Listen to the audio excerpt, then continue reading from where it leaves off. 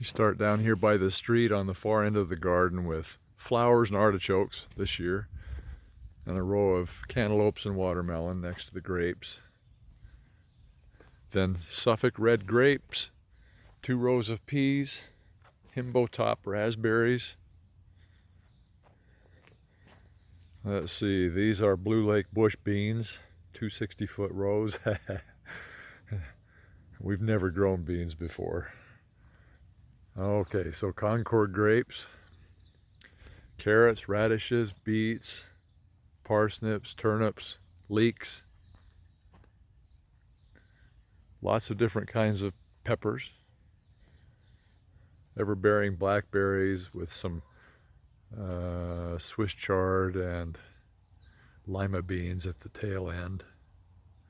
These are Everbearing Autumn Britain raspberries, and at the back end of the row, Willamette raspberries.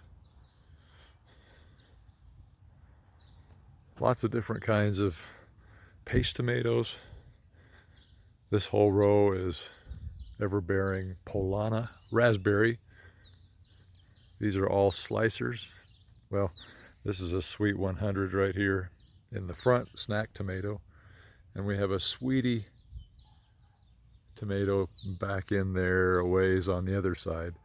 Snack tomato, just to see what the difference is. But these are lots of different kinds of slicers. Then we have a whole row of slicing cucumbers, and the back half is all pickling cucumbers. 3 rows of Seascape strawberries, a row of Norland red, healthy looking potatoes. First section right here are Yukon Gold. Middle section is Pontiac red, and the back section is russet potatoes. Then we have Canby thornless raspberries that produce in July only. These irises are golden anniversary irises made for Peggy's mother's grandparents in Albion and Oakley area. Then we have Titan raspberries from the ranch that produce in July only. This is where the zucchini and squash will go. And we have a whole new row of Triple Crown blackberries. These are some transplants from just cuttings I took and made transplants from cuttings, and then the rest are dug roots from around the yard. Back behind the old shop, we have 2 40, 50, or 40-foot rows of broccoli, a row of heritage raspberries back here. They're slow to come up, but they're ever-bearing, just slow to come up. And some Bristol black raspberries in the back. And our new hive of bees sitting there. Looks like they're pretty active this morning. You hear them?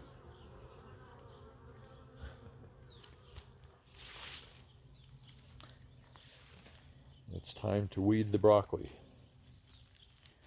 The white top is pretty evasive.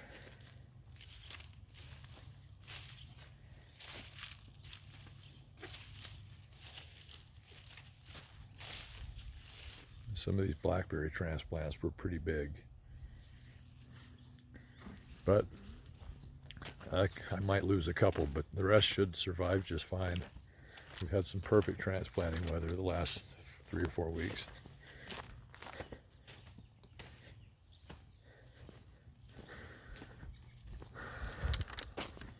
Then we have Patrick's rhubarb.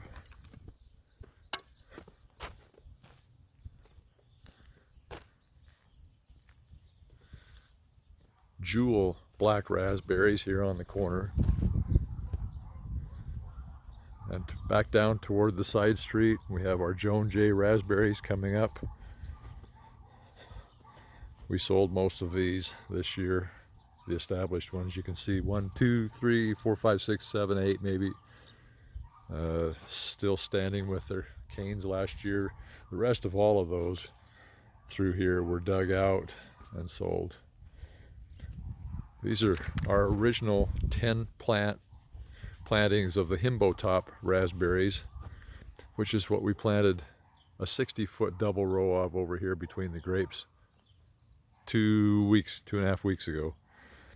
Then we have some okra, 2 different kinds of okra, some dwarf and regular okra. The back half is all fennel, not fennel, dill. That back half back there, those 2 flat rows are double plantings of dill. Then you see some fennel here, right there, and some kohlrabi here. And then we have 1, 2, 3, 4 different types of corn planted in a 20-foot row at the same time, and they all ripen differently. Then we have some funny looking pumpkins. They're called red warty thing. That might be fun to grow. We just planted those yesterday. And some small sweet sugar pie pumpkins, some jack-o'-lanterns, some giant moons, and some Dill's giant pumpkins. From here down it shades too rocky and shady from this pine tree. So we don't plant anything there, but I should plant grass or something to make it look nicer. Boy, the grapes are really going at it. We have really pretty clusters of grapes starting.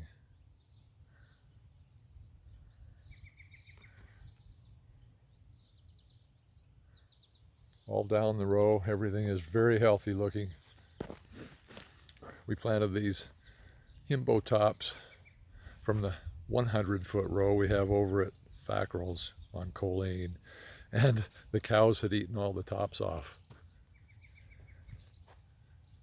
And you can't even tell we took any of these plants. There's so many plants over there.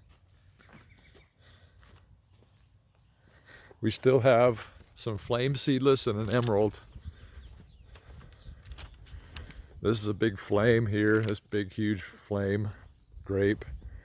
Then this little emerald right here, still growing. After this season we'll take it out. I can't remember if this first one is green emerald or flame, but the last 2 are flame seedless, big seedless grapes.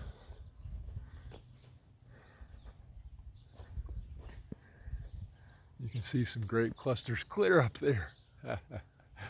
Yeah, so I had to clean up the bottom. The bottom of this plant was a mess. There were 40 different stalks coming out of it. So I'm not sure how I'll manage that. I think all this top will come off unless I can get some cordons,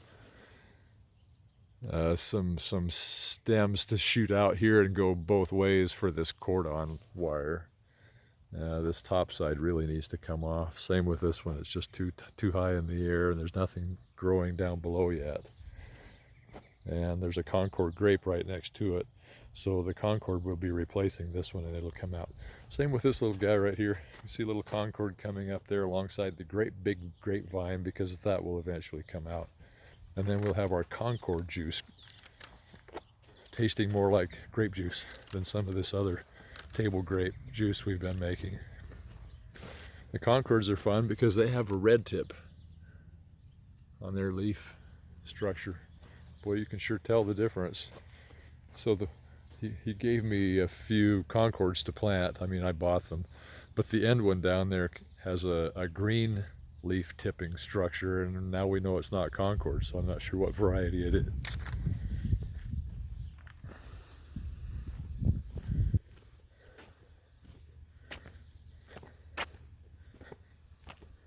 You can see raspberries forming right there. It won't be long before, another month before they're ripe. Okay, so we're going to go back around the side of the shop.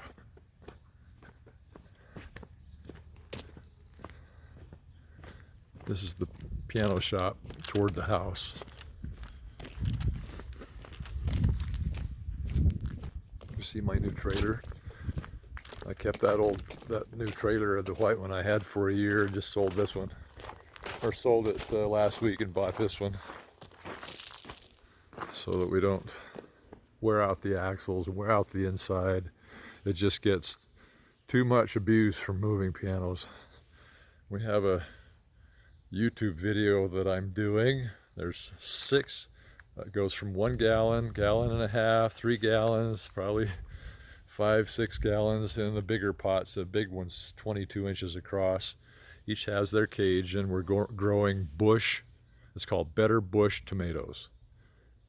And we'll see how the little gallon does compared to the big one. Of course, I doubt it'll do very much, but we got to keep it watered. That's the main thing. That poor little gallon pot won't hold too much water compared to the size of the plant. Our greenhouse did real well this year. Last night we cleaned our section out. Charlene is still using the